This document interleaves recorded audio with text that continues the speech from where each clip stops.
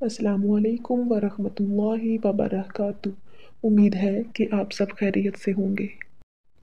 صحیح بخاری کتاب روزے کا بیان باب اگر روزہ دار بھول کر کھا پی لے تو روزہ نہیں جاتا۔ ترجمہ ہم سے عبدان نے بیان کیا کہ ہمیں یزید بن زریع نے خبر دی، ان سے ہشام نے بیان کیا، ان سے ابن سیرین نے بیان کیا کہ ابو ہریرہ رضی اللہ تعالی عنہ نے نبی کریم صلی اللہ علیہ وسلم سے روایت کیا کہ آپ صلی اللہ علیہ وسلم نے فرمایا، جب کوئی بھول گیا اور کچھ کھا پی لیا تو اسے چاہیے کہ اپنا روزہ پورا کرے، کیونکہ اس کو اللہ نے کھلایا اور پلایا۔ صحیح بخاری کتاب روزے کا بیان باب روزہ دار کے لیے تر یا خشک مسواک استعمال کرنی درست ہے۔ ترجمہ نبی کریم صلی اللہ علیہ وسلم کا یہ فرمان کہ جب کوئی وضو کرے تو ناک میں پانی ڈالے، اور نبی کریم صلی اللہ علیہ وسلم نے روزہ دار اور غیر روزہ دار میں کوئی فرق نہیں کیا، اور امام حسن بصری نے کہا کہ ناک میں دوا وغیرہ چڑھانے میں اگر وہ حلق تک نہ پہنچے تو کوئی حرج نہیں ہے، اور روزہ دار سرما بھی لگا سکتا ہے۔ عطا نے کہا کہ اگر کلی کی اور منہ سے سب پانی نکال دیا تو کوئی نقصان نہیں ہوگا،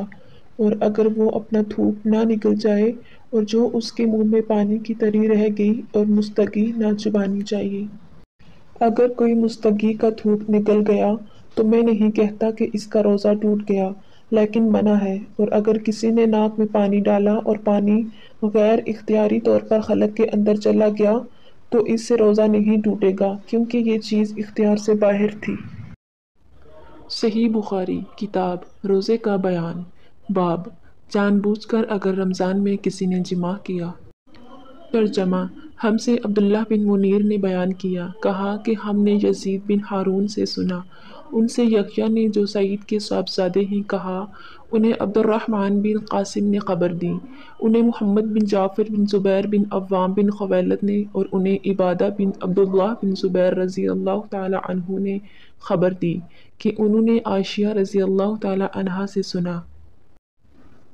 آپ نے کہا کہ ایک شخص رسول اللہ صلی اللہ علیہ وسلم کی خدمت میں حاضر ہوا اور عرض کی کہ میں دوزخ میں جل چکا۔ نبی کریم صلی اللہ علیہ وسلم نے دریافت فرمایا کہ کیا بات ہوئی؟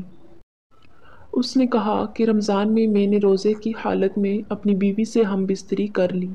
تھوڑی دیر میں نبی کریم صلی اللہ علیہ وسلم کی خدمت میں کھجور کا ایک تھیلا جس کا نام عرق تھا پیش کیا گیا، تو آپ صلی اللہ علیہ وسلم نے فرمایا کہ دوزخ میں جلنے والا شخص کہاں ہے؟